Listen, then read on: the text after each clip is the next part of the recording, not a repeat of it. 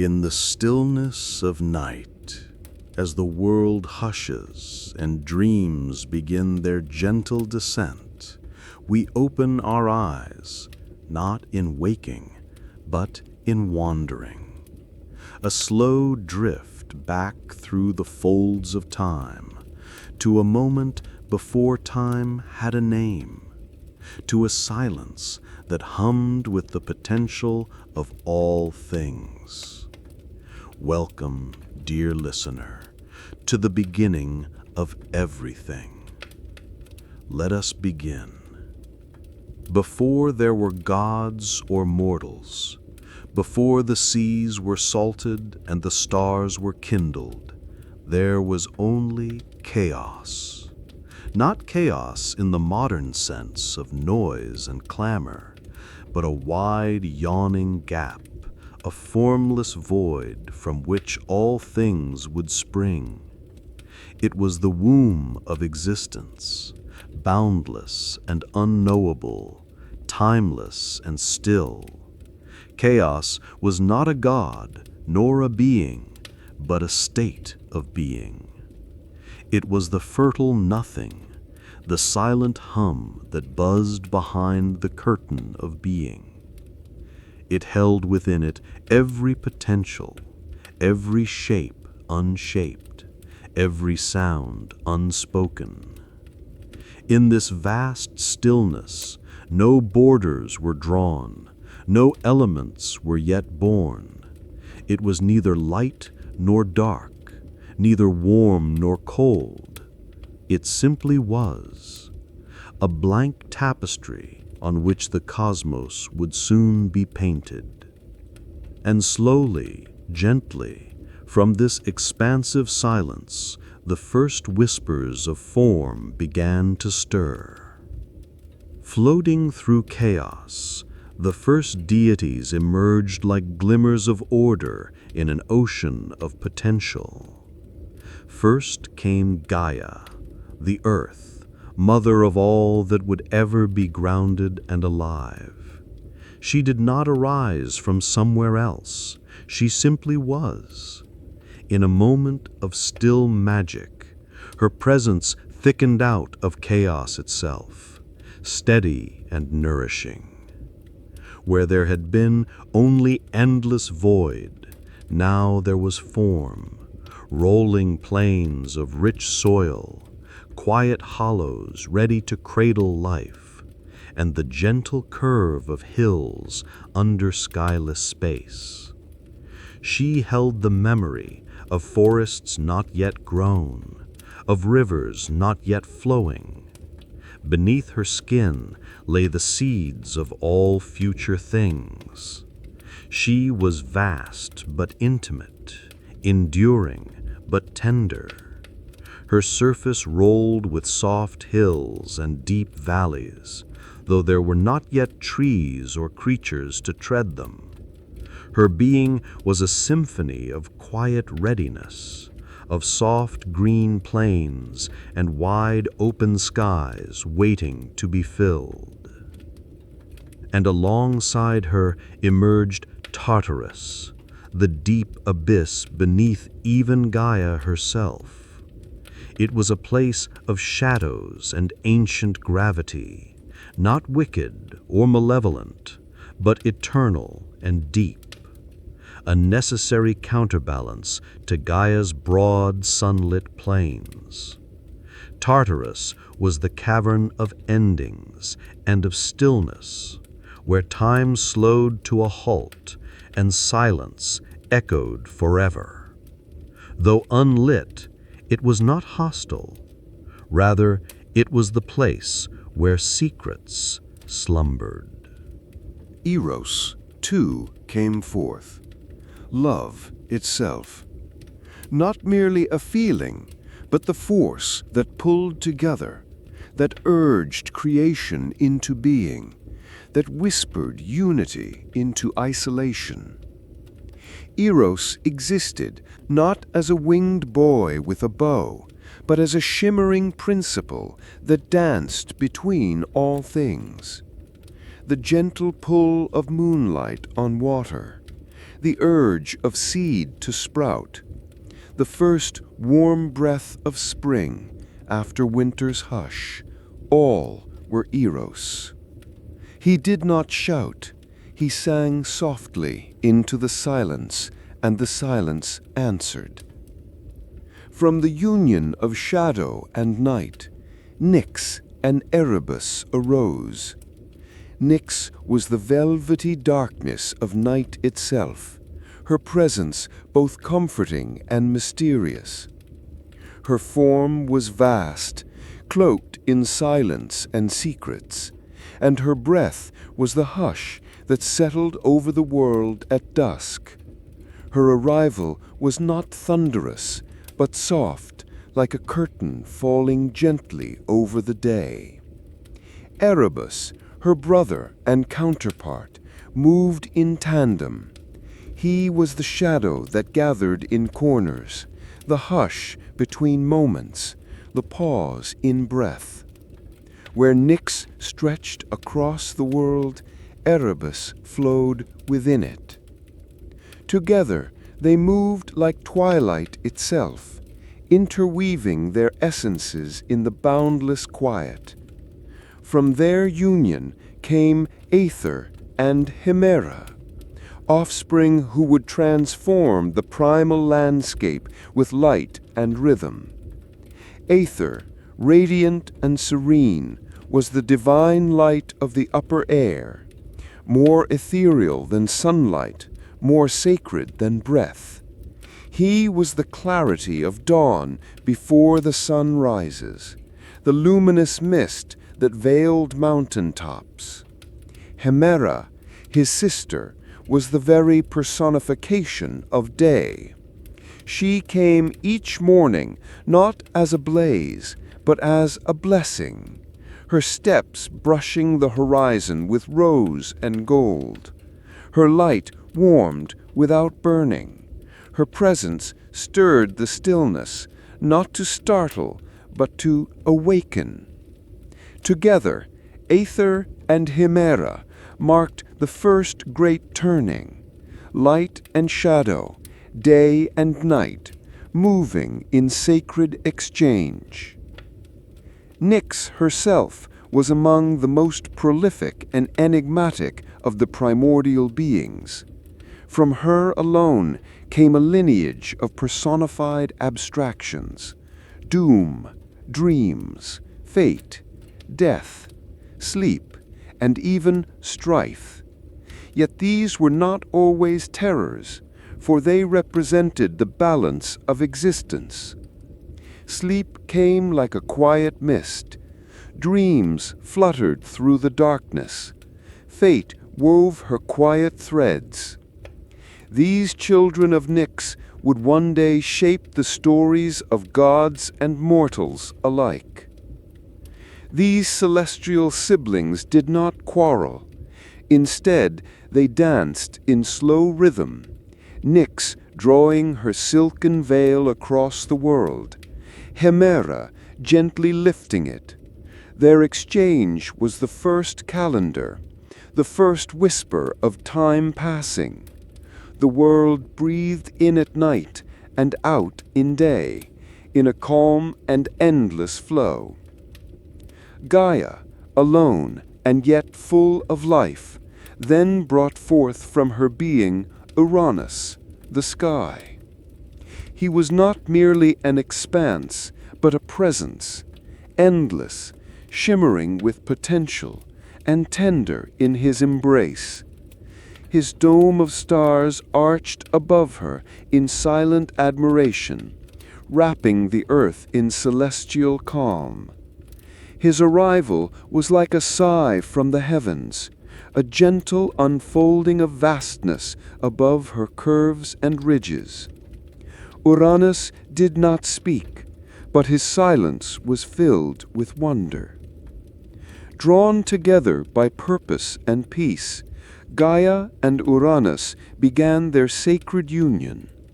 It was not born of haste or fire, but of harmony, of two great forces finding balance in each other. as Uranus stretched himself across Gaia's form, their communion gave birth not to chaos, but to order, to the beginnings of a shaped and breathing cosmos. Together, without strain, they began to shape the world more fully. From their union, the mountains were born, tall and serene, rising like silent witnesses between earth and sky. Each peak was an expression of Gaia's strength and Uranus's reach, lifting upward in quiet celebration.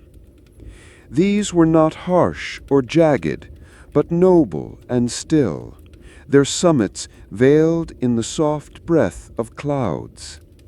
They became the sentinels of the earth, rooted in Gaia, yet ever yearning toward Uranus.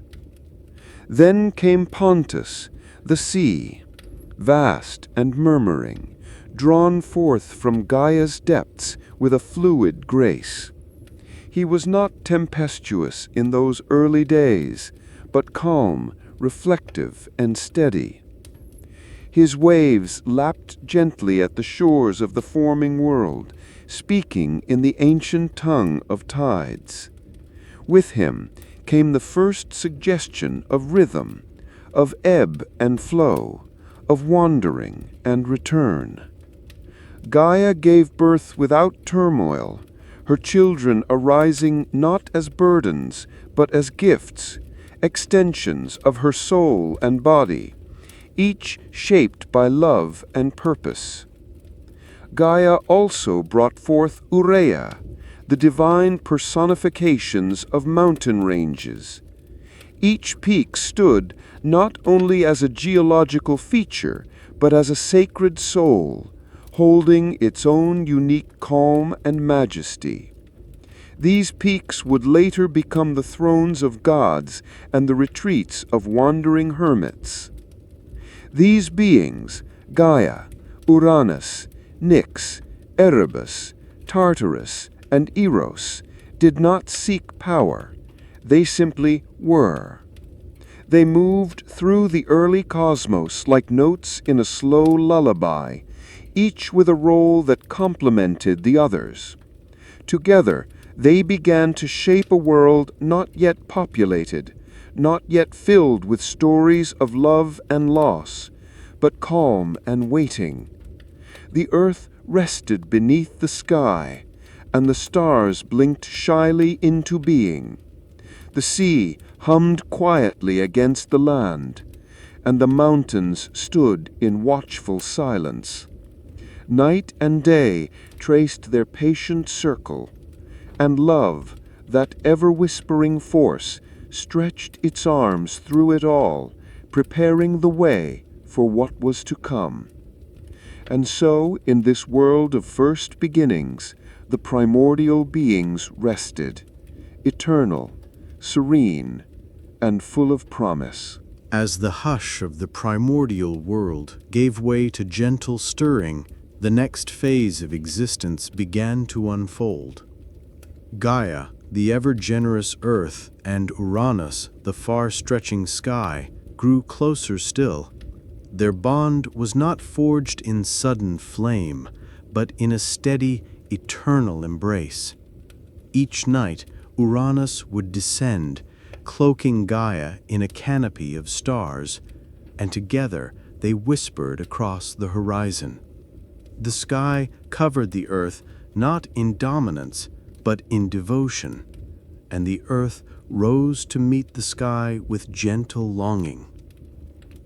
Their love was silent, wide, and enveloping, a love not of momentary passion, but of cosmic purpose, forming the very first harmony between elements.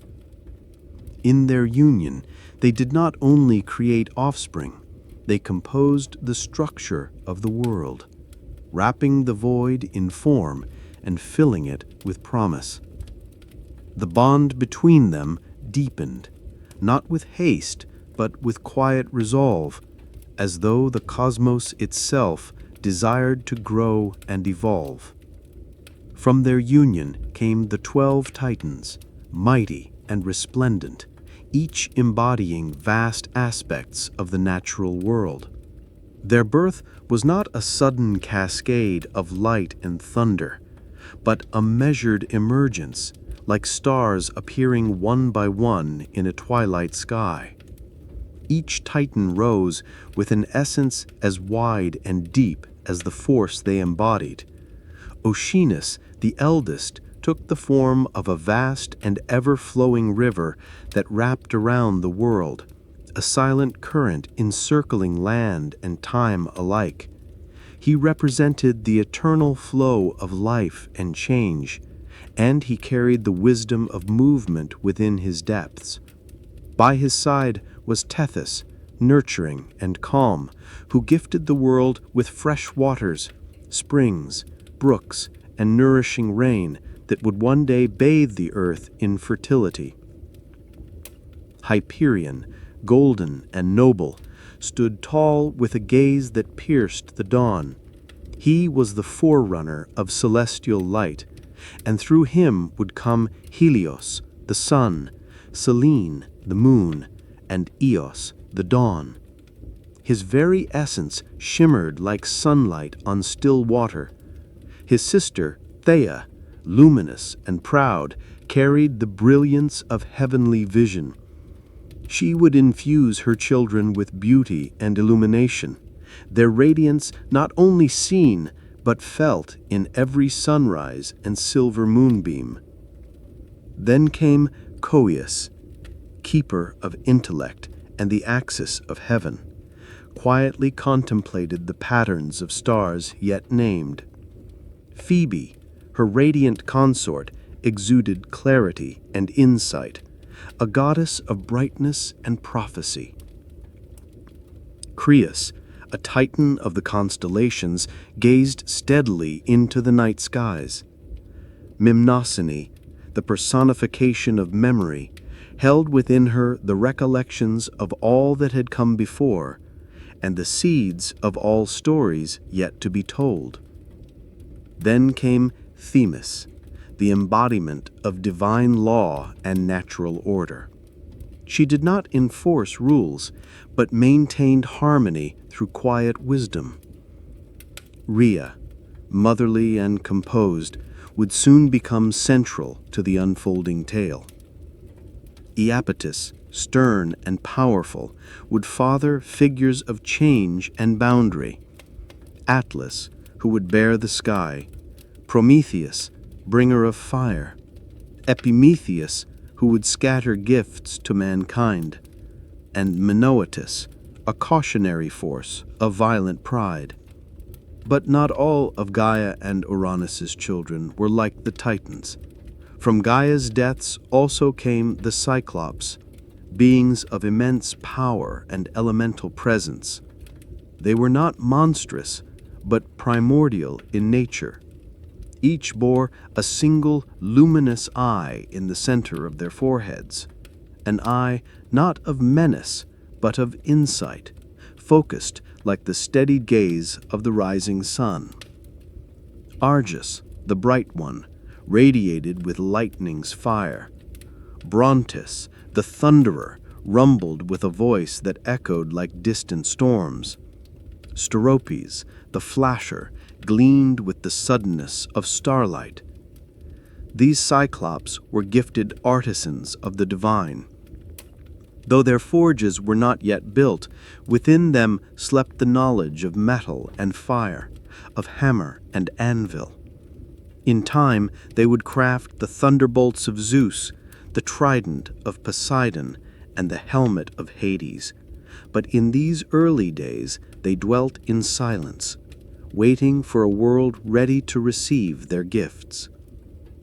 Even more formidable were the Hecaton Kyres, giants with 100 arms and 50 heads, embodiments of unfiltered strength.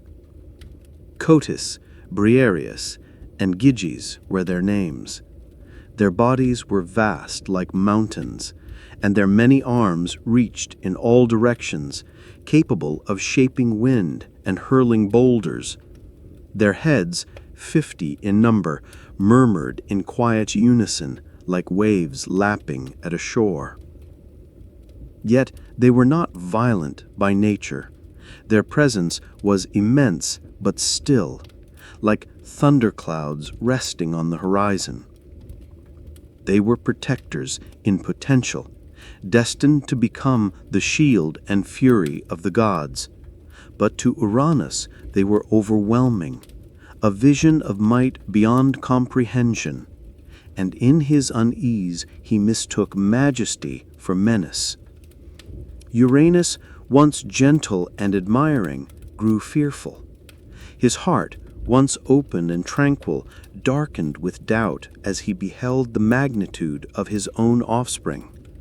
Their forms were unfamiliar, their powers unmeasured, their silence unnerving. To the starry sky, the vastness of Cotys's arms and Briareus's unblinking eyes became omens of unrest. In the Cyclops, he saw not creation, but chaos.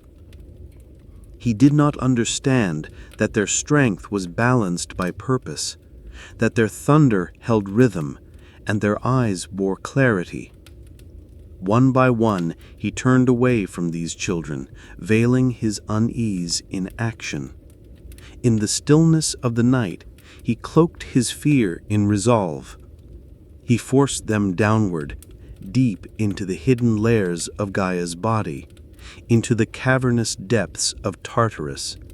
There, in that dark abyss, they were sealed away, not because they had done wrong, but because their father could not see their place in the world.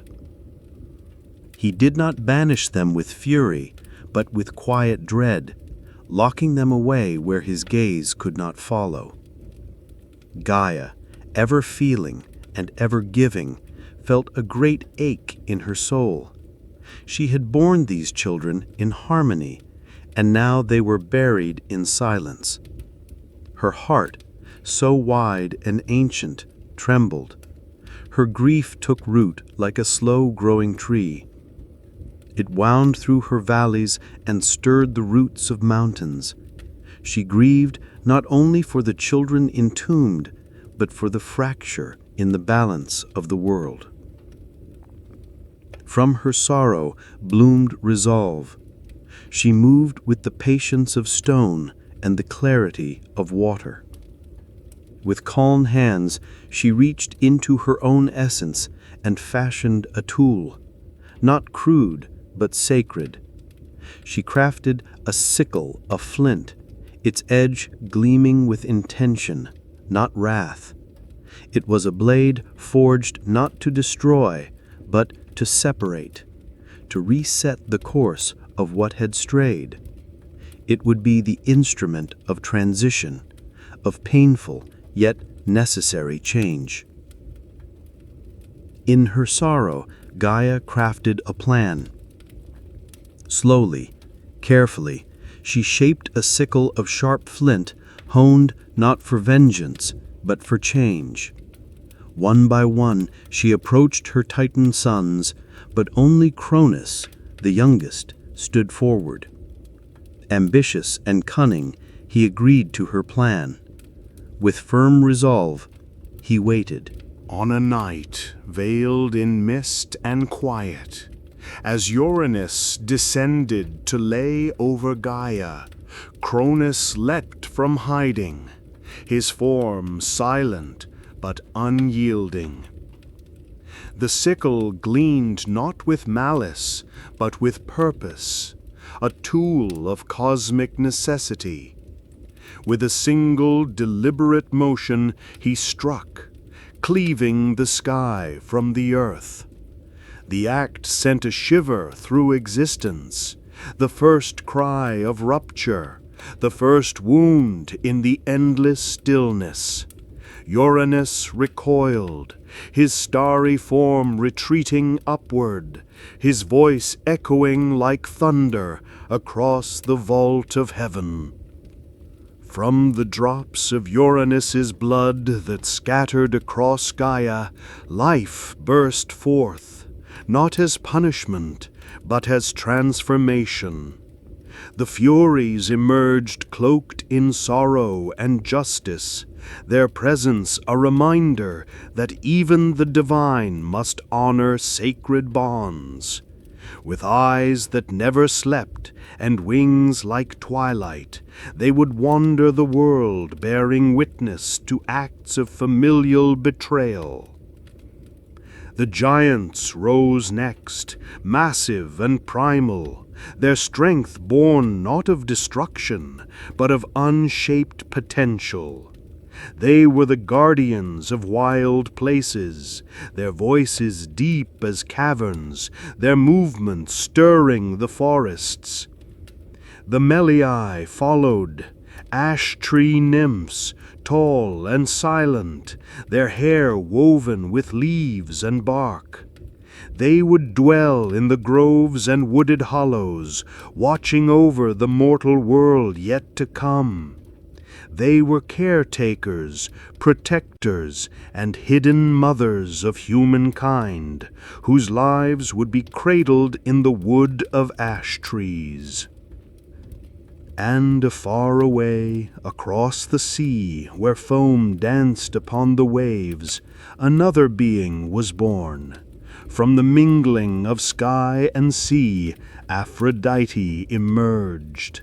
She rose from the water fully formed, her beauty radiant yet calm, her eyes deep as the ocean's hush. As she stepped upon the shore, soft blooms unfurled beneath her feet. She carried with her not only the power of attraction, but the delicate thread of harmony, destined to draw together even the most distant hearts. And from the foam that gathered where Uranus's severed essence met the sea, Aphrodite arose, goddess of love and beauty, stepping softly upon the waves. She came not with fire or fury, but with a gentleness that soothed even the stormiest soul. As she walked upon the shore, flowers bloomed in her wake. Uranus faded into the sky, no longer a presence upon the earth, but still arcing above, distant and glimmering. And Cronus, triumphant, claimed his place as king of the cosmos. The Titans followed him, and for a time harmony held. Yet even then, Gaia murmured a warning, soft as a breeze through long grass, that the son who usurped his father would in time be usurped by his own. Cronus, though victorious, could not escape the whisper of fate. So began the Age of the Titans, an era not yet marked by war, but by a golden stillness and the slow, rhythmic passage of ages. The world spun quietly beneath the watch of the 12, as destiny coiled like a sleeping serpent waiting for its time to awake. As the sky withdrew into distance and silence, and the stars blinked more distantly from Uranus's far reaches, a new chapter began to unfold. Cronus, the youngest of the Titans, and now king in name, stepped forward into a world that was vast, still, and full of promise. He did not ascend to a throne carved of gold or stone, but stood upon the living earth, his feet sinking gently into the soil that had birthed him. The heavens above, no longer bound to Gaia, now arched high and silent, leaving Cronus to walk beneath their distant gaze. The mantle of rule was not given with ceremony, but accepted in silence, the way night accepts the stars. The other Titans, sensing the shift, did not resist.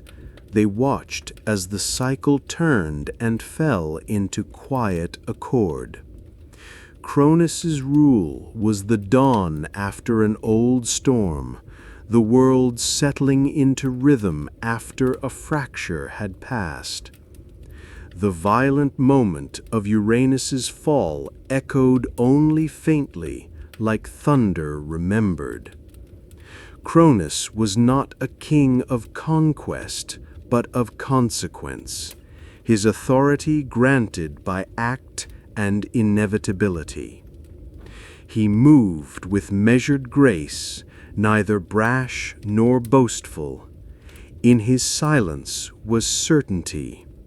He carried the weight of his deed not as burden, but as inheritance, and with it came responsibility, not just to govern, but to uphold the harmony born from change.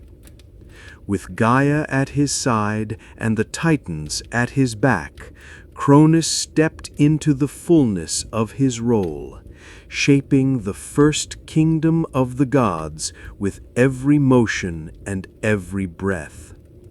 The age of Titans gave way to the singular dominion of one, a rule born not of fire or war, but of quiet succession. Cronus was not immediately cruel.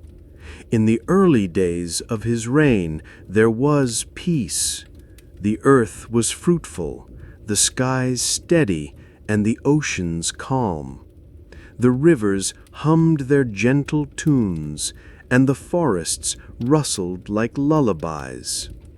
This was the time the ancients would later call the Golden Age, a time when no law was needed, for harmony held sway over all. He ruled not alone, but beside Rhea, his sister and consort, a Titaness of great grace and inner strength. Their union was not of dominance or political gain, but of profound balance. With the fall of the Titans and the heavens restored to harmony, the world entered a new and luminous era, the age of the Olympians. From their high seat upon Mount Olympus, the newly ascendant gods brought shape, breath, and rhythm to the cosmos. It was an age not defined by chaos or strife, but by quiet order and sacred stories, each god a thread in the tapestry of the world's unfolding. Mount Olympus itself stood as more than a place. It was a realm of clarity and calm. Its peaks kissed the firmament, swathed in ever-spring air and crowned by eternal light.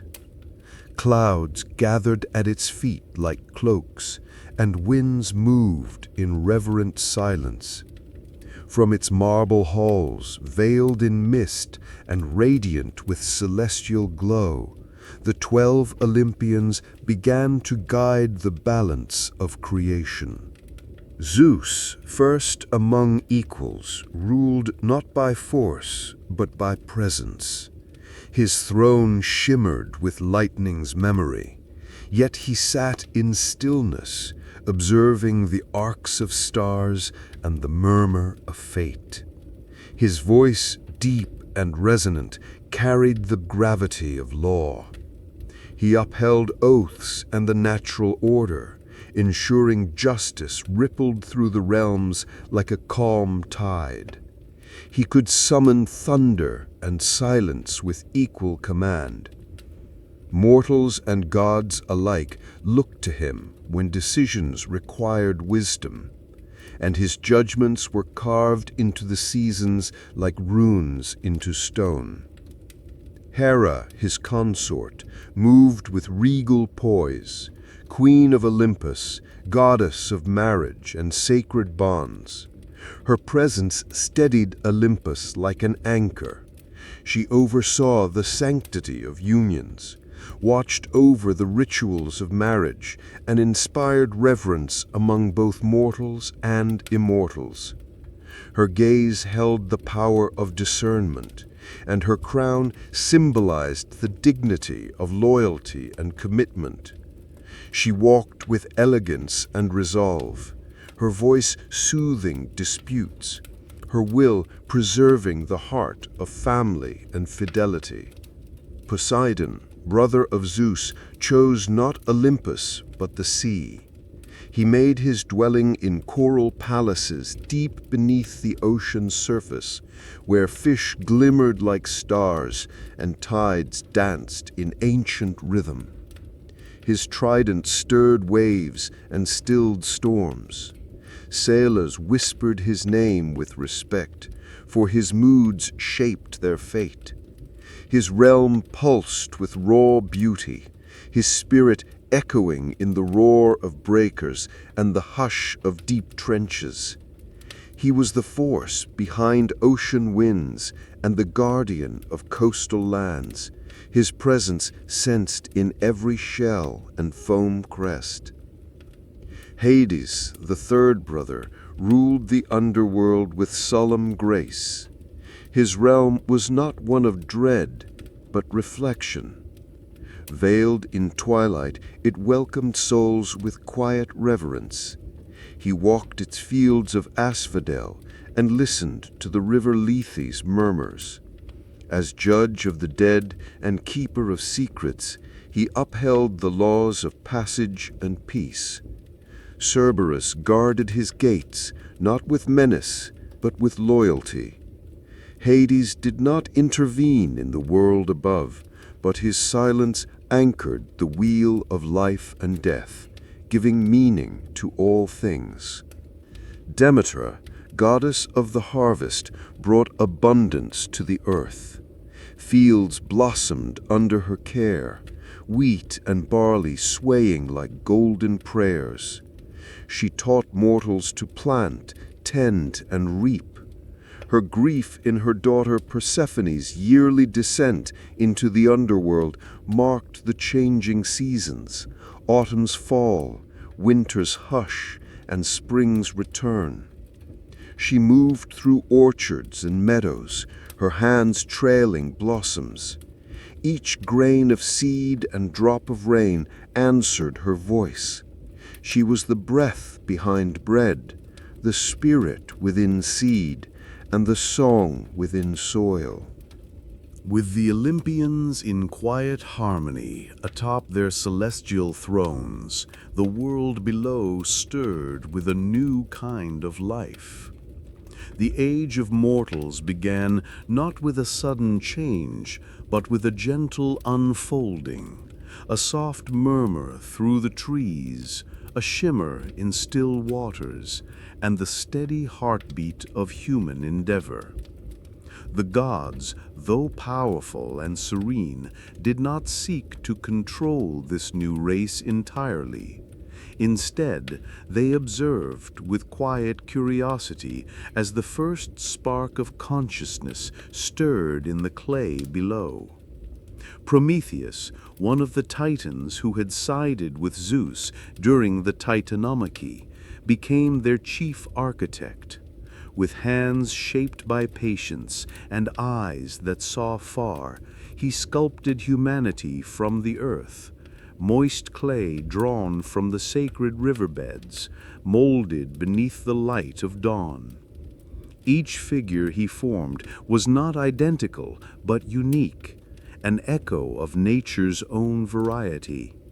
He shaped limbs and hearts, gave them fingers to grasp and feet to wander. When the forms were complete, he leaned close and gave them breath, not his own, but a whisper drawn from the stars. This breath did not roar like thunder, but hummed gently, like the hush before sunrise. And so humankind awoke, not with a cry, but with a blink and a breath, standing beneath the sky in wonder. But their wonder soon met the chill of night, the hunger of bellies, the sharp edge of cold stone. Prometheus, moved by compassion and guided by foresight, longed to ease their hardship. He taught them how to look to the sky for guidance, how to till soil and make shelter. Yet still they lacked warmth, they lacked light. And so Prometheus stole fire, not from a hearth or a brazier, but from the chariot of the sun itself. He ascended to the heavens, quiet as shadow, and with a reed of dry fennel he caught a sliver of flame from Helios's blazing path. This fire was not merely heat, it was transformation. It was the ability to change, to grow, to imagine. It was the divine spark clothed in mortal hands. He carried it back, his fingers scorched, his breath steady. When he brought it to humanity, they did not know to thank him. But in time, they would cook their food, shape their tools, illuminate their homes, and speak stories around its glow. And through those stories, they would remember. Prometheus, whose name means foresight, loved humankind with a quiet, stubborn devotion. Yet such defiance of divine order could not be unanswered. Zeus, sovereign of Olympus, saw in Prometheus's act not only kindness, but challenge. The gift of fire to Zeus was a spark of rebellion, a symbol of mortal self-reliance that threatened the balance between heaven and earth. And so Zeus devised a punishment. Prometheus was seized by silent wind spirits and carried far beyond the lands of mortals, past the edge of sky and stone. There, in the desolate crags of the Caucasus Mountains, he was chained to a towering rock with fetters forged by Hephaestus himself, chains that could not rust, could not break, and held fast against even Titan strength. Each day, as the sun crested the peaks, an eagle descended from the heights, a great bird with wings wide as clouds and eyes like burning coals. It tore at Prometheus's liver, a seat of divine vitality, and each night, as dusk softened the sky, his body healed anew, the wound closed, the cycle unbroken. Pain came and passed like the tides, but Prometheus endured, silent and unyielding, his gaze fixed on the far horizon where the light still touched the world he had served. But Zeus's lesson was not yet complete. To counter Prometheus's gift, the gods fashioned a creation of their own. Pandora, whose name means all gifted, was shaped from clay by Hephaestus, molded with elegance and grace. The gods each bestowed upon her a trait: beauty from Aphrodite, charm from Hermes, song from Apollo, curiosity from Hera, and patience from Athena. She was radiant, but within her was a complexity unknown even to the gods.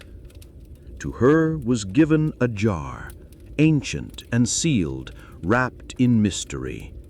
It was said to hold the sorrows of the world, toil and grief, illness and longing, jealousy, despair, and time.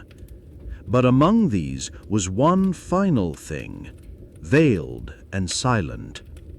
Pandora, curious and unknowing, opened the jar. The contents rose like smoke and scattered across the earth. Mortals felt their hearts weigh heavier, their days grow harder. But with suffering came awareness. With struggle came meaning.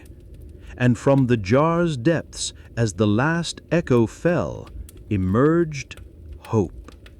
Small and gentle, it did not roar or rush, but glowed faintly like a single star in twilight. It was not an answer to pain, but a companion through it. It settled in the hearts of mortals like a candle in the dark, soft, flickering, and enduring.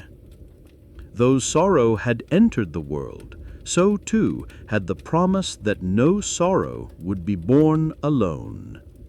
Zeus, wary of mortal pride, tempered their ascent. In time he sent forth challenges, seasons that cycled, hardships that taught, limits to measure their reach. Pandora, the first woman, was crafted as a gift, and within her curious jar were the experiences of life, joy and sorrow, toil and love, hope and regret. When the jar opened, the world changed, not with doom, but with depth. Mortals, now aware of their fragility, began to cherish what was fleeting. And so the ages unfolded. In the Golden Age, mortals lived like gods, untroubled, at peace, without labor or grief. There was no need for tools or weapons, no need for toil or trade. The earth, in her generosity, offered fruit and grain without planting, vines heavy with grapes, and waters that ran pure and clear.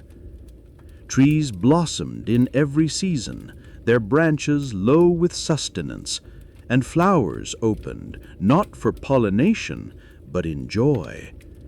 There were no rulers, for no rule was needed.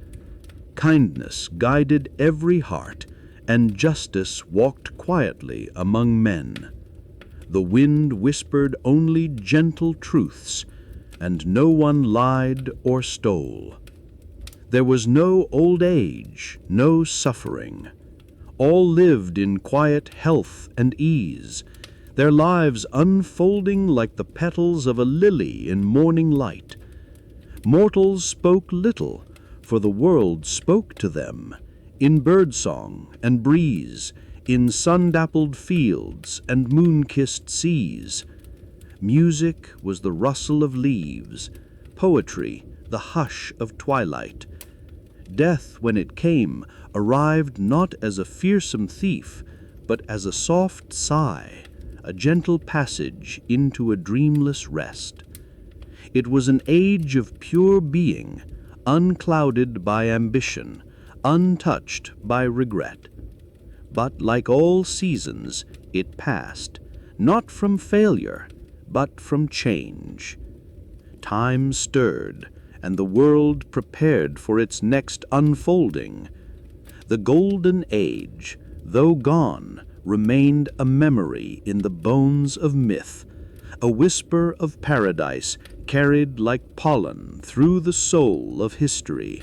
In the quiet twilight between gods and mortals, there came a generation unlike any before. Heroes, born of both divine spark and earthly struggle. These figures stood at the crossroads of myth and memory, their lives echoing with bravery, loss, and transformation. They were not perfect nor eternal, but their journeys illuminated the path between the heavens and the world below. Perseus. Born of a prophecy and the sea, Perseus was the son of Zeus and Danae, a union shaped by fate and defiance. Danae, daughter of King Acrisius of Argos, had been locked away in a bronze chamber beneath the palace, hidden from the sky, for an oracle had warned the king that his grandson would one day cause his death. Yet Zeus, in a form as subtle as starlight, visited her as a golden rain, falling through the slats of her prison, and from this divine descent Perseus was conceived. When Acrisius discovered the child, his fear outweighed reason. He placed mother and son into a wooden chest and cast them into the sea, believing the waves would claim them. But the sea, ever a cradle of rebirth, carried them safely to the island of Seriphos. There they were taken in by Dictys, a kind fisherman whose care offered them peace for a time. Perseus grew under clear skies and ocean winds, strong in body and quiet in spirit. But peace proved fragile. Polydectes, king of the island and brother to Dictys, desired Danae and sought to rid himself of her son. With sly malice, he challenged Perseus to fetch the head of Medusa, one of the 3 Gorgon sisters, whose face turned all who met her gaze into stone. To undertake such a task was akin to death. Yet Perseus did not falter. Guided by Athena, goddess of wisdom, and Hermes, messenger of the gods, he received gifts to aid him: a reflective bronze shield, a curved blade, winged sandals, a helm of darkness from Hades to render him invisible, and a magical satchel to carry the severed head. His journey led him first to the Graeae, 3 ancient sisters who shared a single eye and tooth between them. Perseus, in tactful boldness, stole their eye and bargained for the Gorgons' location. They hissed and whispered, but yielded, and he flew on. He found the Gorgons sleeping in a twilight land where no sun rose. Moving silently, he avoided Medusa's gaze by using his shield as a mirror. With swift, merciful precision, he struck her head from her shoulders. From her blood sprang Pegasus, the winged horse, and Chrysaor, the golden giant, born from her union with Poseidon. He fled as the other Gorgons stirred, veiled by the helm of darkness. With Medusa's head secured, he flew homeward, but fate had another call. On the coast of Ethiopia, he found Andromeda, chained to a rock, offered as sacrifice to a sea monster for her mother's pride. Without hesitation, Perseus drew forth Medusa's head and turned the beast to stone. He freed Andromeda and claimed her hand in marriage, not by conquest, but by courage and compassion. He returned to Seriphos to find his mother threatened still. With Medusa's gaze, he turned Polydectes and his cruel court to stone. He then gave the Gorgon's head to Athena, who placed it upon her shield, the Aegis, as a symbol of vigilant wisdom. Later, Perseus fulfilled the prophecy he had escaped escaped. In a distant land, during athletic games, he accidentally struck an old man with a discus, his grandfather, Acrisius, unrecognized until the moment of fate's unfolding.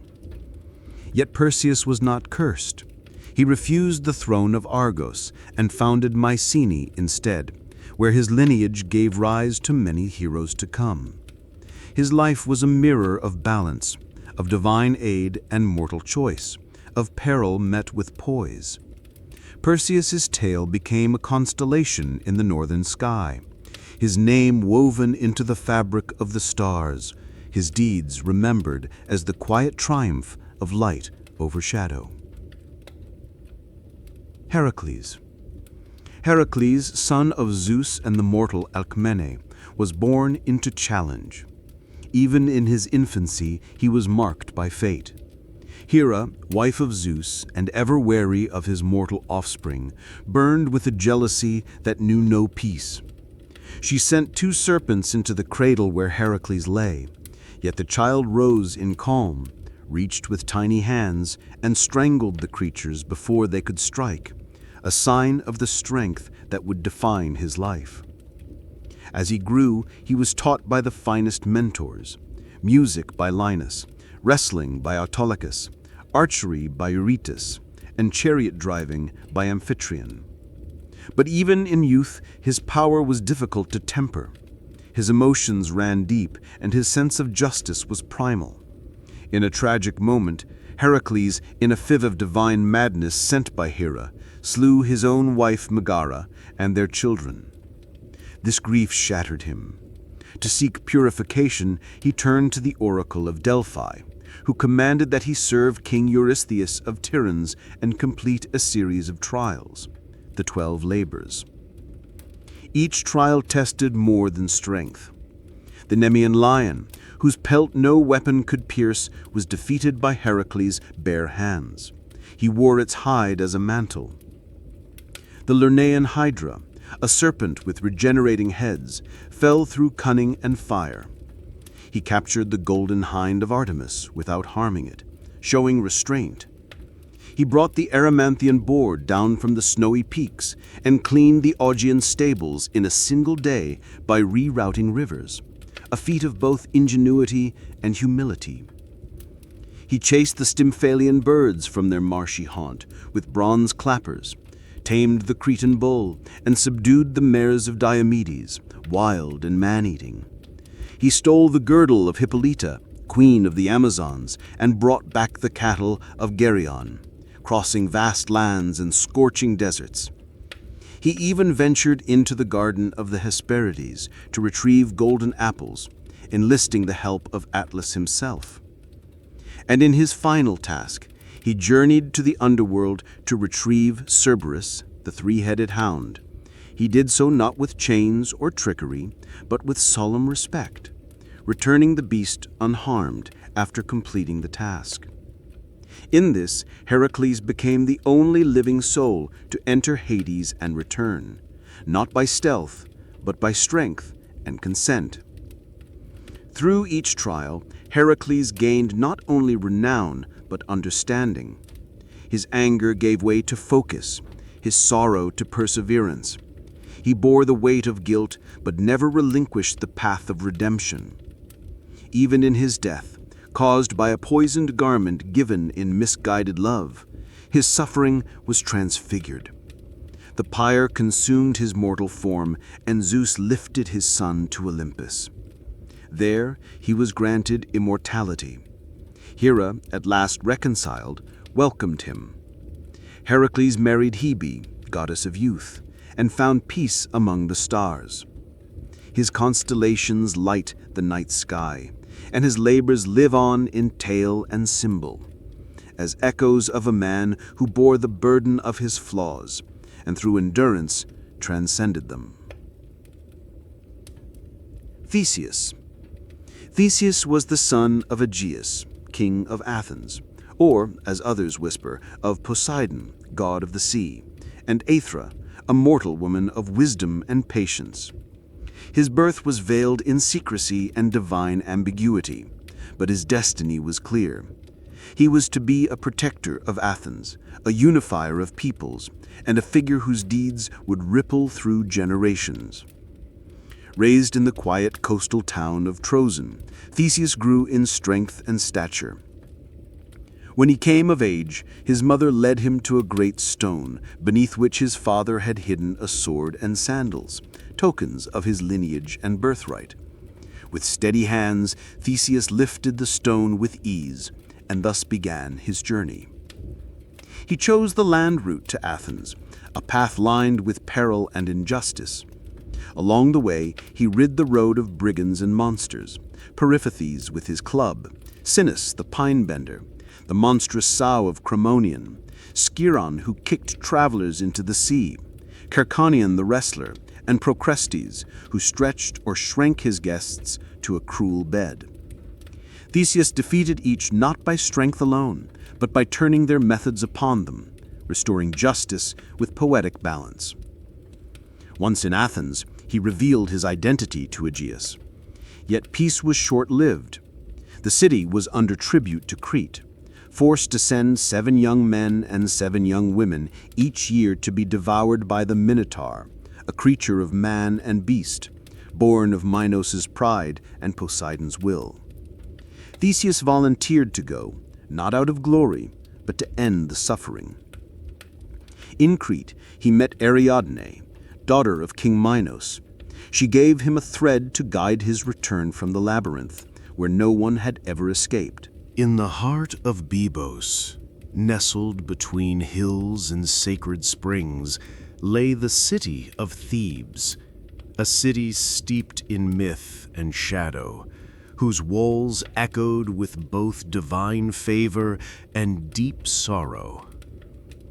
The Theban cycle is not a tale of simple triumph, but of generations entwined in fate, prophecy, and the haunting pull of destiny. The story of Thebes begins with Cadmus, a prince of Phoenicia and brother to Europa, whom Zeus carried away in the form of a bull. Sent by his father to find her, Cadmus wandered far and wide. Unable to locate his sister, he consulted the oracle of Delphi, who instructed him instead to follow a cow and build a city where she lay down to rest. Obedient to the divine voice, Cadmus followed the animal until it sank to its knees in the land of Boeotia. There he resolved to found a new city, but first he needed water for a sacrifice.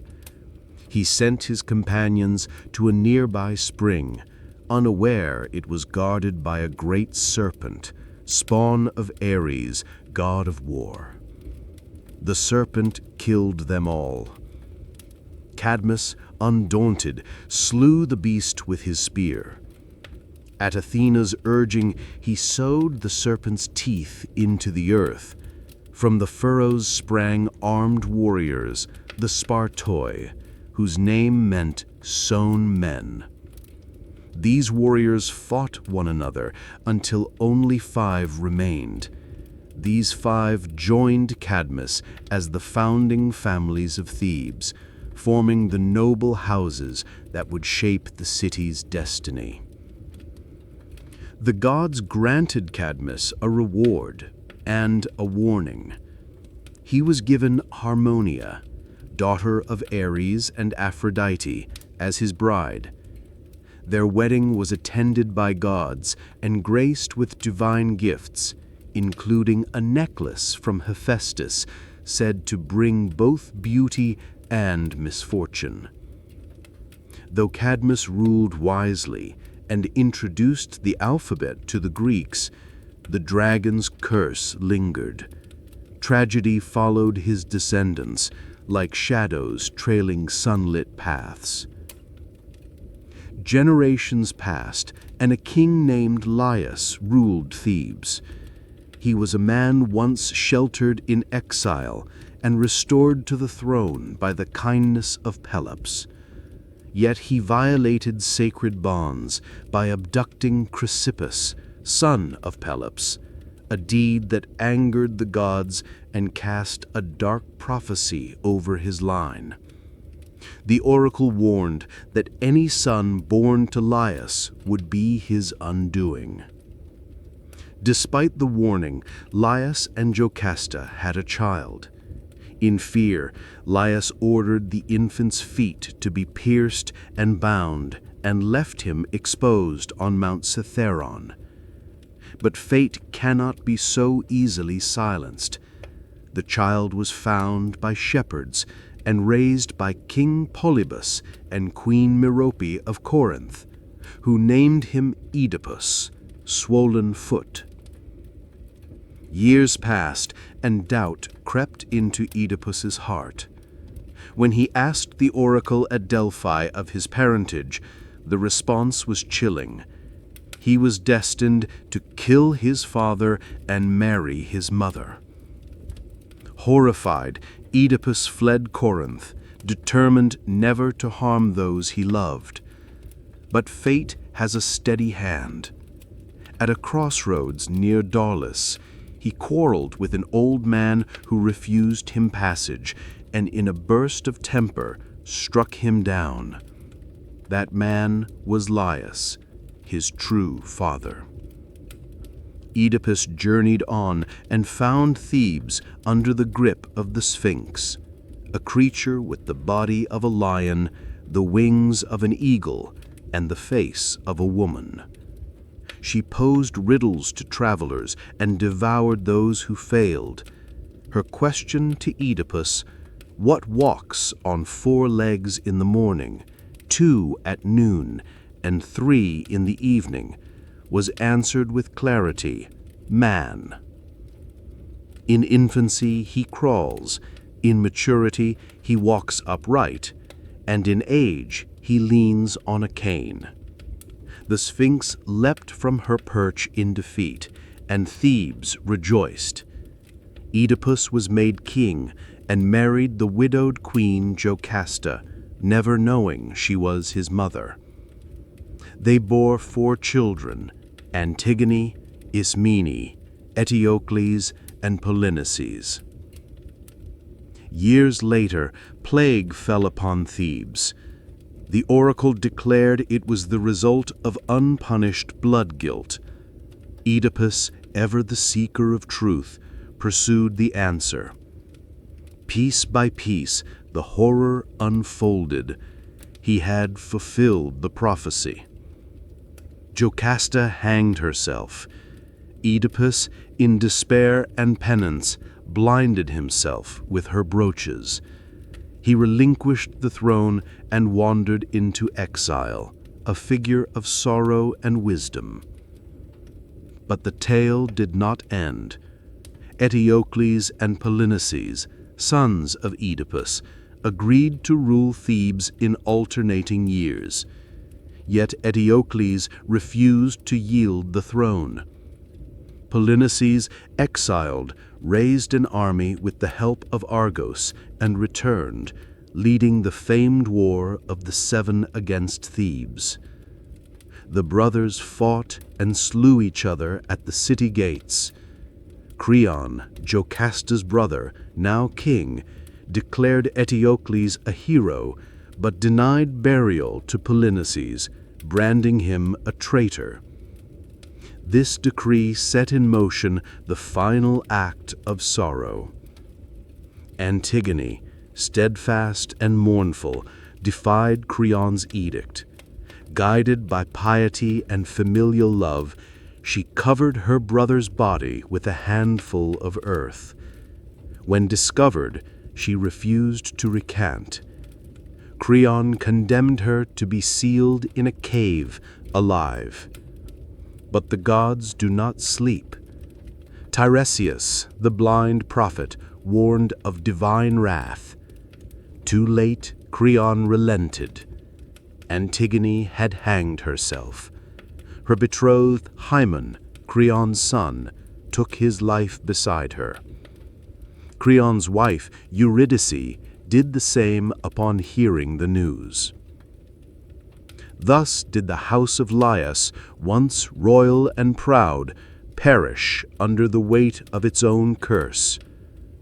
The Theban cycle endures not because it offers easy answers, but because it reflects the enduring questions of human life, of destiny and duty, pride and humility, guilt and grace.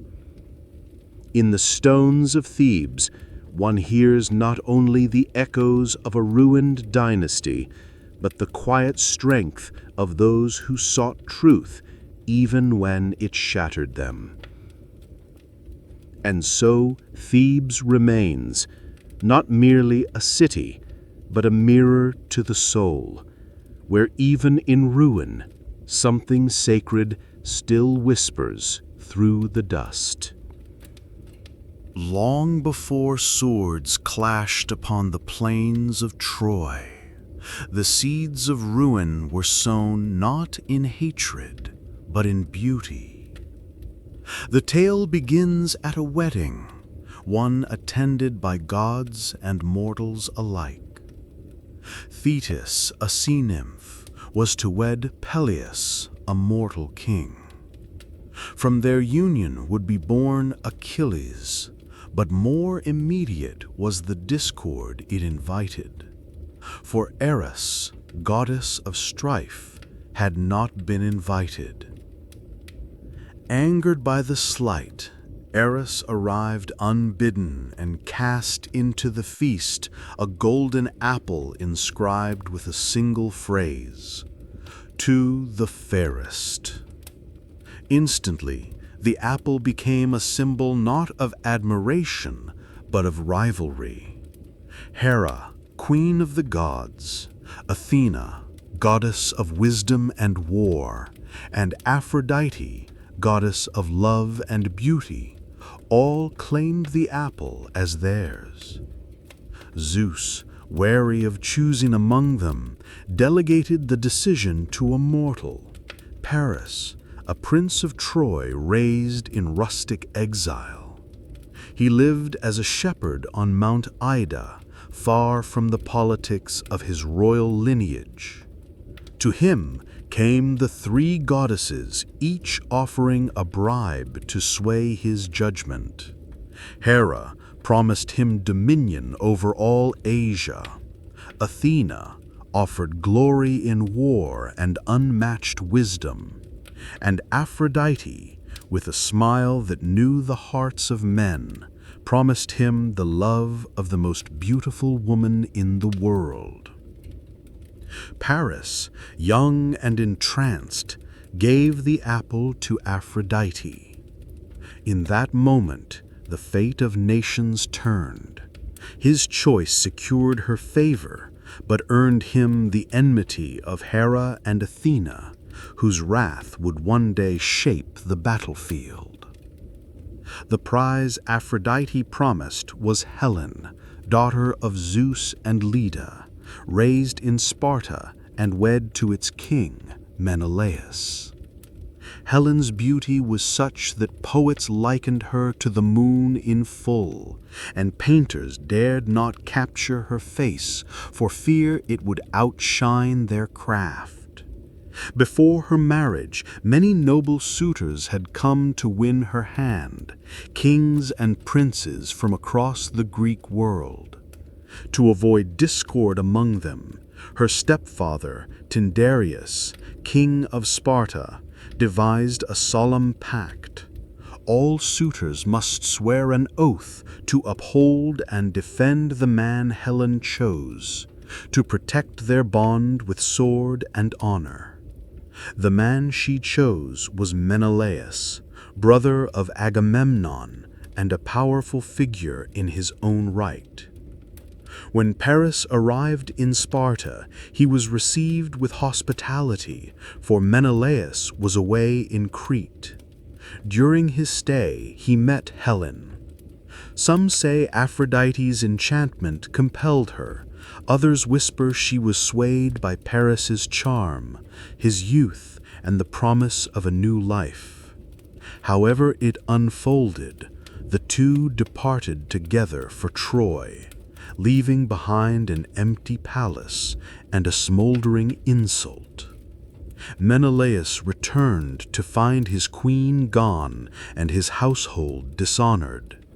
Enraged and humiliated, he invoked the oath of Tyndareus. Across the Greek world, the greatest of heroes answered the call, not for Helen alone, but for their word, their pride, and the promise of glory. Thus began the gathering of a mighty host, an army not merely of soldiers, but of legends in the making. From every corner of Greece, kings and warriors assembled. There was Agamemnon, High King of Mycenae, and brother to Menelaus, who would lead the coalition. Odysseus, the cunning king of Ithaca, feigned madness to avoid the war, but was swiftly unmasked and joined. The mighty Ajax came from Salamis, his strength unmatched save for Achilles. Nestor, wise and aged, came from Pylos with tales of past glories. Diomedes of Argos, fierce and unshakable in battle, and Idomeneus of Crete, loyal and brave, brought their ships. Achilles, born of a goddess and hidden in a court dressed as a girl to avoid his fated death, was discovered by Odysseus. He was lured not by words, but by the clash of arms.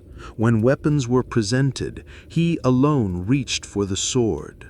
So he joined, and with him came his companion Patroclus, inseparable in both spirit and strength.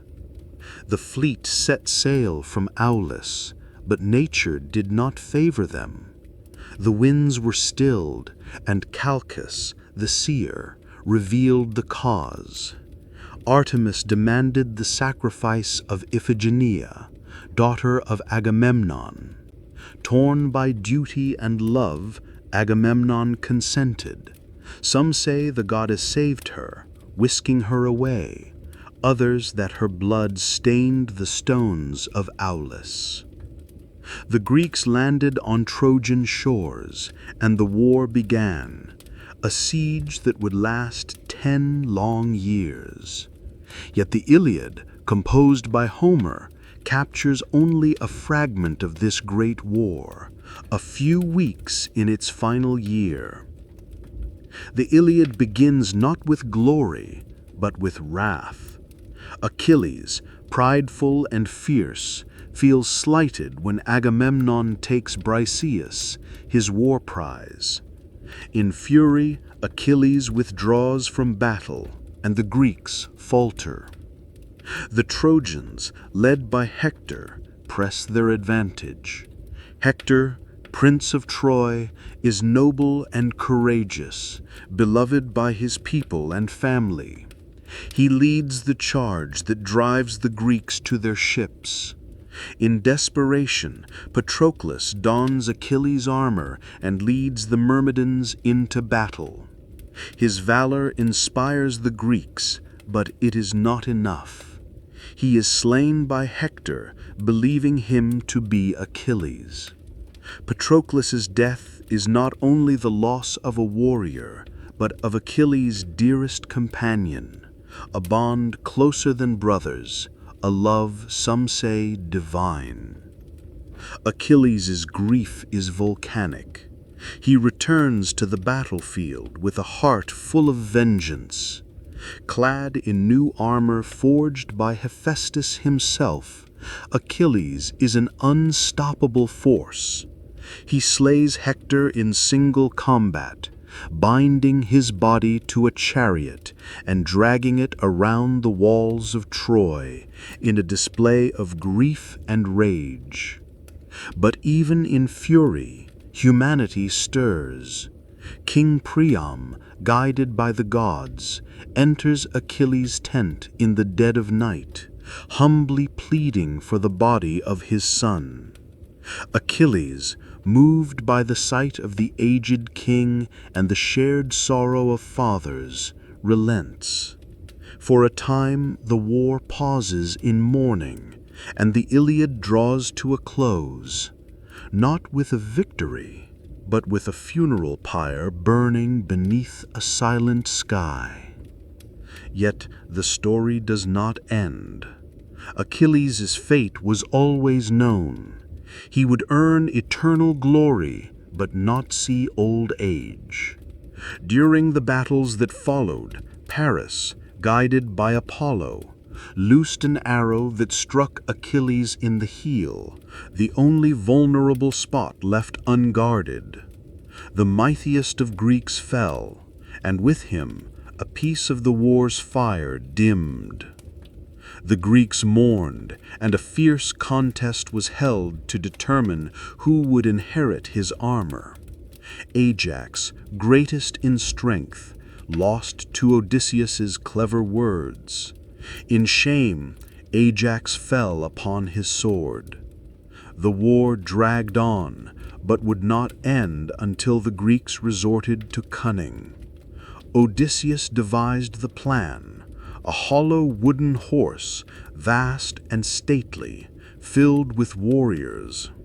The Greeks feigned retreat, leaving the horse as an offering.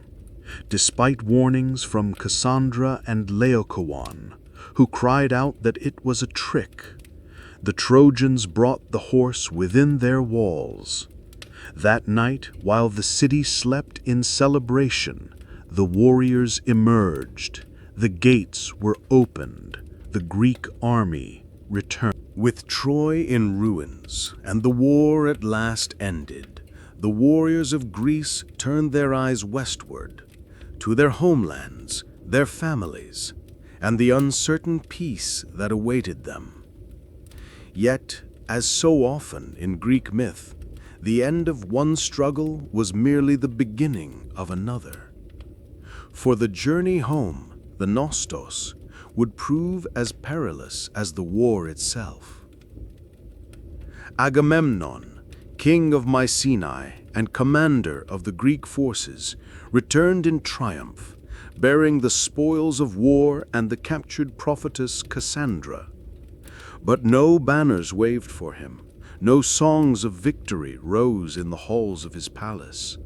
For in his absence, a deeper betrayal had taken root. Clytemnestra, his wife, nursed a bitter grudge, not only for his long absence, but for the sacrifice of their daughter, Iphigenia, at Oileus.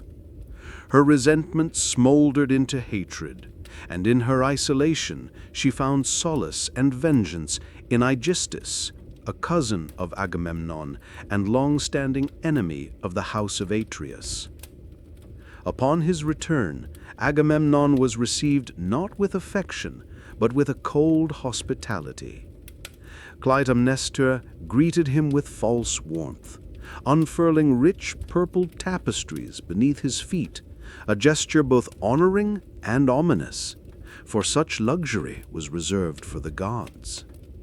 He entered his palace, trusting, perhaps weary from war, unaware of the blade that waited in the shadows. As he bathed, unarmed and unguarded, Clytemnestra struck. Some say she used an axe, others a dagger. By her side, Aegisthus ensured the deed was done. Cassandra, who had foreseen her own death but was cursed never to be believed, perished beside him. The palace echoed not with triumph, but with cries of treachery. Thus the heroes return, ended not in glory, but in a crimson pool, a tale of vengeance shaped by grief and the long memory of pain. Menelaus, king of Sparta, fared better, though his voyage was far from smooth. He was cast adrift for years, his ships scattered by tempests sent by the gods, particularly the wrathful Poseidon. In Egypt, he was forced to wrestle secrets from the sea god Proteus, who changed shape before revealing the route home. Menelaus's persistence and devotion were tested, but he endured. At last, he returned with Helen at his side. Their reunion remains one of mythology's most enigmatic tales.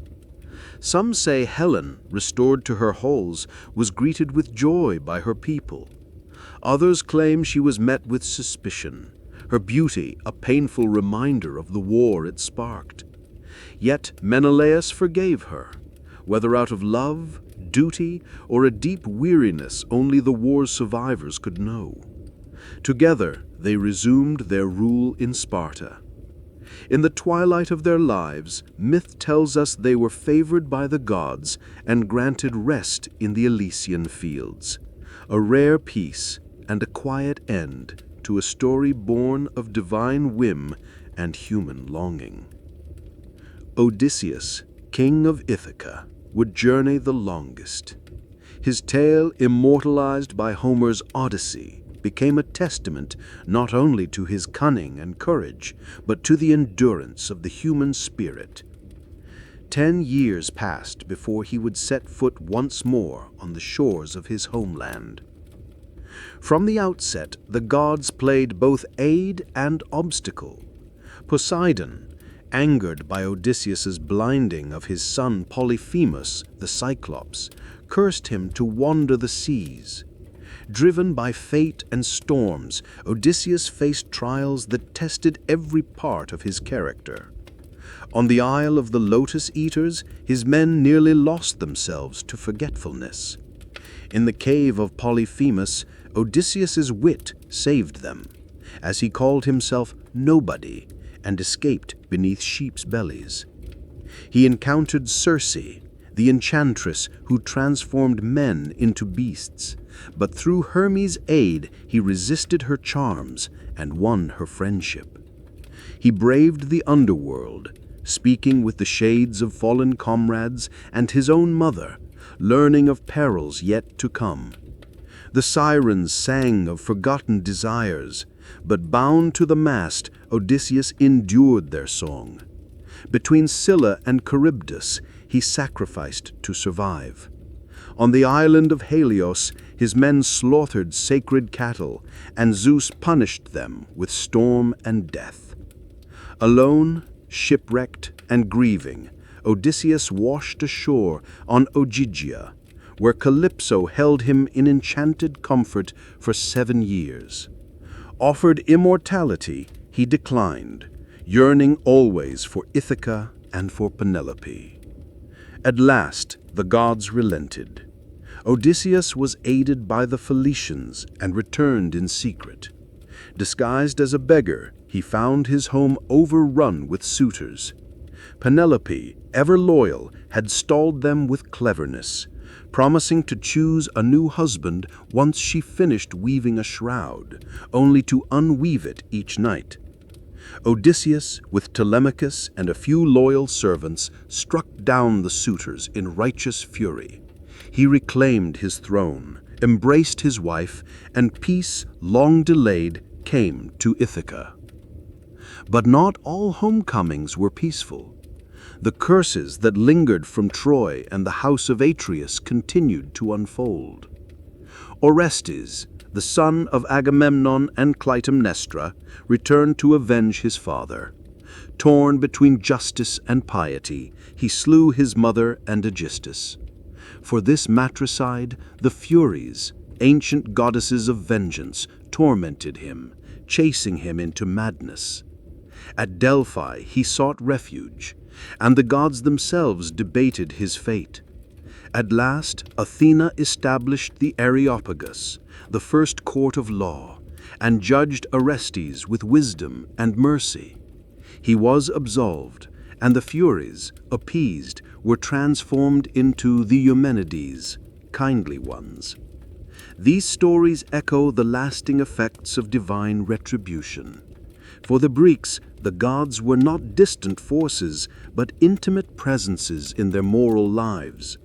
Hubris was punished, loyalty rewarded, and fate could be delayed, but never fully denied. Thus, the return home was never just about distance. It was about transformation, reckoning, and, if one was lucky, redemption. Beneath the surface of the earth, hidden from the light of the living world, lay the realm of Hades, the mythic underworld of ancient Greece. Not a place of eternal fire, but one of deep shadow and quiet memory. It was a vast and varied domain where souls of the departed journeyed, judged not by mortal law, but by divine measure. It was a land that echoed with silence, where the past whispered through every stone and stream. The structure of Hades was complex and richly imagined, formed not as a chaotic abyss, but as a tiered and ordered plane. At the edge of life and death, the soul would encounter Thanatos, the personification of death, and be guided across the threshold. The entrance to the underworld lay at the ends of the earth, or sometimes beneath sacred groves or hidden caves.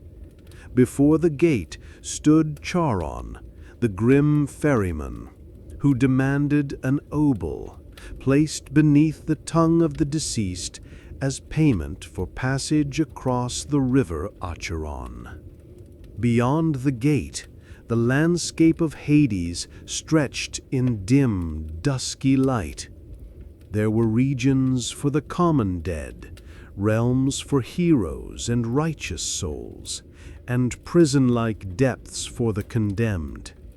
The asphodel meadows were vast gray plains where ordinary souls wandered, neither punished nor celebrated. These were the many, the forgotten, who had lived without great virtue or sin, and whose afterlife was one of quiet stasis.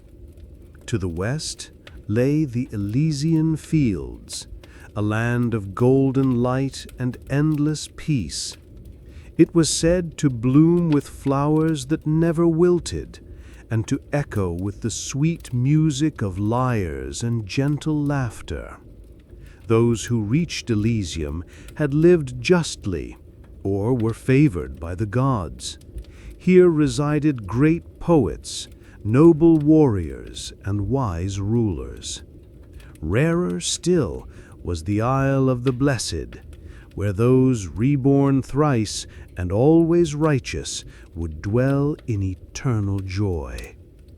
To the farthest depths lay Tartarus, a place of deep darkness and eternal consequence.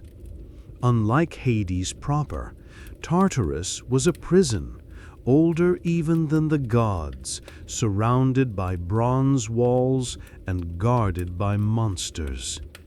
Here, the rebellious Titans were chained, and those who had committed unforgivable crimes suffered endless punishments. Each punishment was symbolic. Sisyphus, forced to roll a boulder endlessly uphill. Tantalus, cursed with hunger and thirst he could never satisfy. Ixion, bound to a burning wheel for betraying divine trust. The structure of the underworld also included the palace of Hades and Persephone, a silent court surrounded by black poplars and asphodel, its halls lit by pale fire. Here, the god and goddess ruled in solemn dignity, receiving the dead, upholding the law of final things. Persephone, queen of the underworld, was both a symbol of sorrow and renewal. Daughter of Demeter, she was taken by Hades to rule beside him, an act that initiated the cycle of the seasons. Her time below marked the barren months of winter. Her return brought the bloom of spring. Yet over time, Persephone transformed from a captive into a sovereign. She was not only consort to Hades, but judge and guide, offering compassion to some souls and enforcing judgment upon others. Her dual nature as maiden of life and mistress of the dead made her a unique bridge between worlds. She brought balance to the underworld, and her presence ensured that even in death there remained a thread of grace.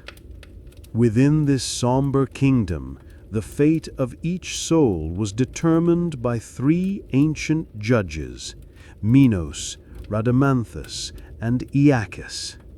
Once mortal kings, they had been granted immortality and wisdom to preside over the dead.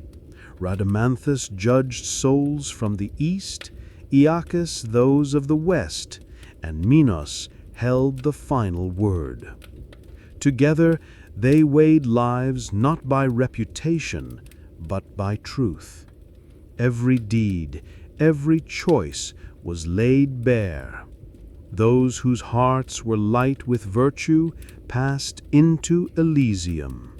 Those whose lives were heavy with wickedness were sent to Tartarus. The uncertain, the average, the unremarkable wandered the meadows.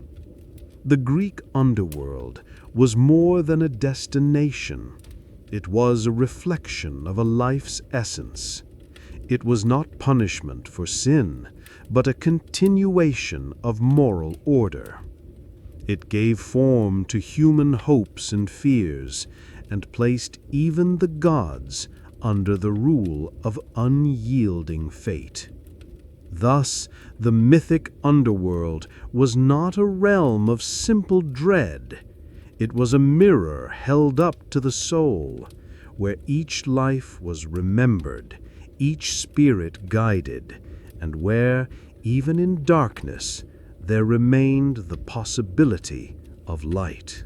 As centuries turned and empires rose and fell, the gods of Olympus, once the luminous architects of fate, nature, and passion, began to fade into the mist of memory. Their temples still stood, grand and solemn beneath sunlit skies, but their voices grew quiet. The world they had shaped shifted beneath them, and new ideas, new powers began to fill the sacred spaces once reserved for divine thunder and golden chariots. The Roman Empire absorbed much from the Greek world, and with it the Olympians. But in this adaptation, their names changed, their characters softened or shifted. Zeus became Jupiter, Hera became Juno, and Athena became Minerva. Mars, once a relatively minor Greek deity of war named Ares, rose to central prominence in the Roman pantheon. The gods were now linked to state power, their worship tied to civic duty and imperial majesty. Roman religion became increasingly institutionalized, formal, and performative. Worship was bound to calendars and public ceremonies, overseen by priesthoods and magistrates. Omens were read, auguries taken, and sacrifices made, not for personal salvation, but for the health of the state. The gods were patrons of order, not personal morality. Vesta guarded the hearth of the Roman people, Janus opened the gates of the year, and Jupiter, Optimus Maximus, presided from the Capitoline Hill. The myths were still revered, retold by poets such as Ovid and Virgil, but they no longer served as sacred truth. They had become elegant allegory, cultural heritage, theater for the educated. Temples multiplied in marble and bronze, but beneath the grandeur, the gods became ever more distant from the hearts of the people. In this climate, other forms of spirituality began to rise. Mystery cults emerged from the East and the ancient Mediterranean, offering personal salvation, secret rites, and promises of life beyond death. These movements did not replace the Olympians with a rival pantheon, but offered a different kind of connection, more emotional, more mystical, more redemptive. The Eleusinian mysteries, centered in Greece, honored Demeter and Persephone through seasonal rites of death and rebirth. Initiates were sworn to secrecy, but it is said they witnessed sacred dramas, received sacred knowledge, and emerged with hope for a blessed afterlife. Participation cut across social classes, uniting rich and poor in a shared spiritual promise. In Egypt, the worship of Isis spread across the Roman world. As goddess of life, healing, and protection, she became a maternal figure of boundless compassion. Her temples welcomed all, slaves, foreigners, and women, and her rituals promised communion with the divine through purification and transformation. The cult of Mithras, born in Persia and beloved by Roman soldiers, offered a martial brotherhood. Its rituals involved feasting, oaths of loyalty, and a mythic struggle between light and darkness. Initiates gathered in subterranean chambers that mirrored the cosmos, performing rites of strength, endurance, and spiritual ascent. These cults offered something the Olympians rarely did: intimacy, hope for an afterlife, and a direct emotional bond with the divine. Initiation rites, sacred meals, and symbols of rebirth appealed to those searching for more than tradition and ceremony. As mystery religions flourished, the old gods watched in silence. Their thunder dimmed, their temples echoed with fewer prayers.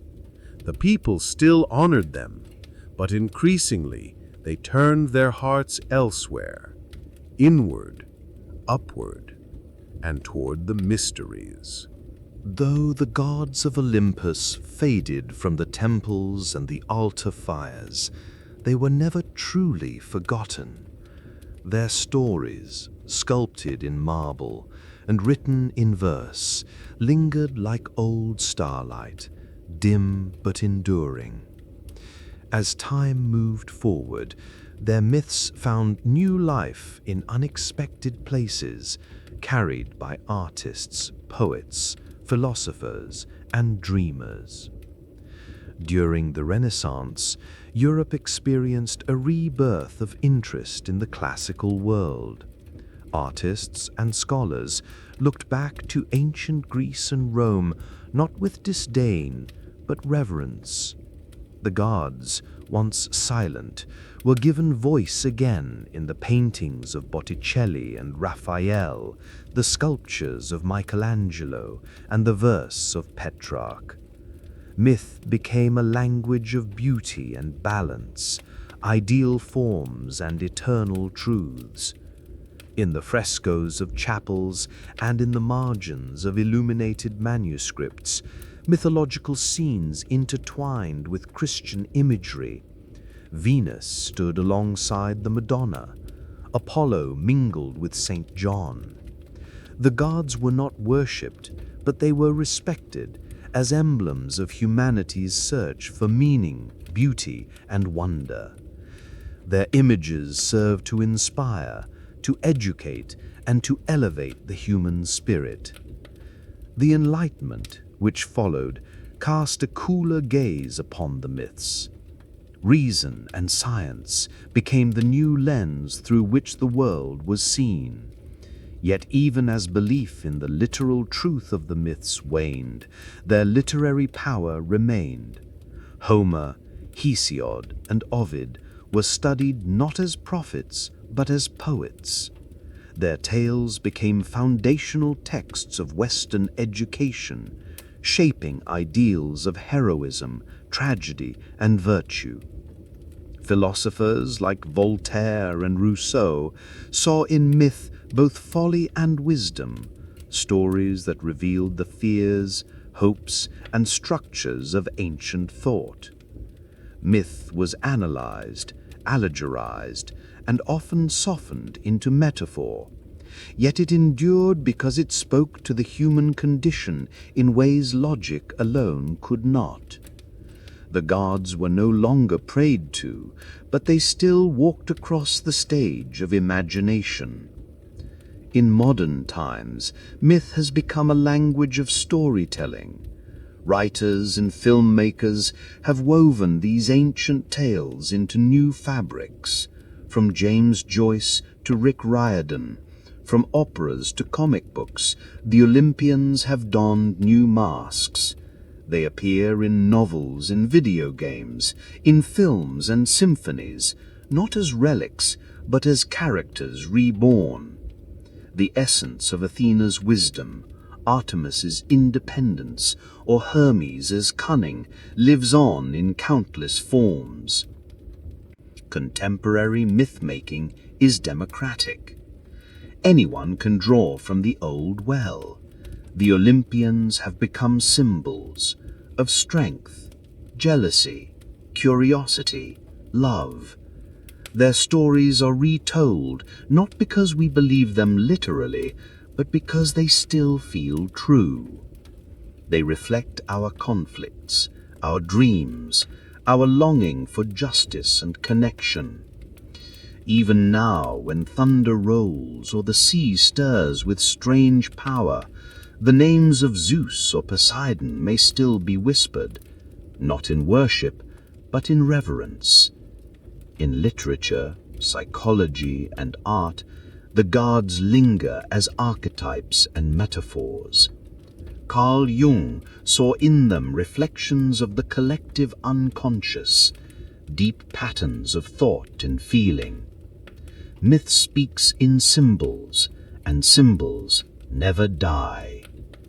And so we come to the quiet truth. The Olympians, though no longer seated on high thrones, live on, in sculpture and poetry, in names and stars, in the quiet corners of the human mind. They teach us not only about the ancients, but about ourselves. The afterlife of myth is not of ghosts, but of resonance. It is the music that remains after the song has ended, the glow after sunset, the echo after the shout. The gods have withdrawn, but they have not disappeared. They linger in our stories, our language, and our dreams. And as long as we tell their tales, they shall never be truly gone. As we draw our long journey to a close, let us pause and breathe gently in the quiet that follows these ancient echoes. For the myths of Greece, from chaos to the underworld, from Olympus to the mortal heart, have whispered to us not only of gods and heroes, but of the fragile wonder of being human. We have walked among immortals, watched cities rise and fall, heard the music of the lyre, and wandered the asphodel fields. We have seen courage and sorrow, love and transformation, vengeance and redemption, all within the folds of stories told long ago, yet never truly aged. Greek mythology, in all its poetry and paradox, continues to live because it speaks in the rhythm of the human soul.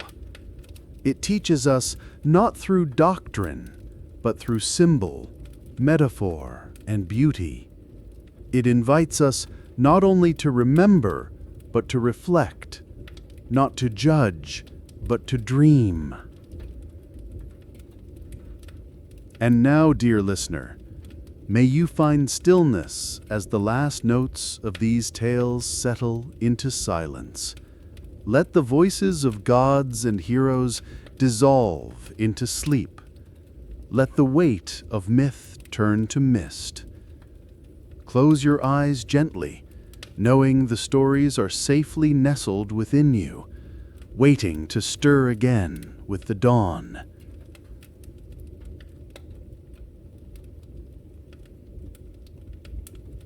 Good night. May your dreams be guided by Athena's wisdom, Hermes' laughter, and the gentle hush of Lethe's stream. Rest, and let the ancient world cradle you into peaceful slumber.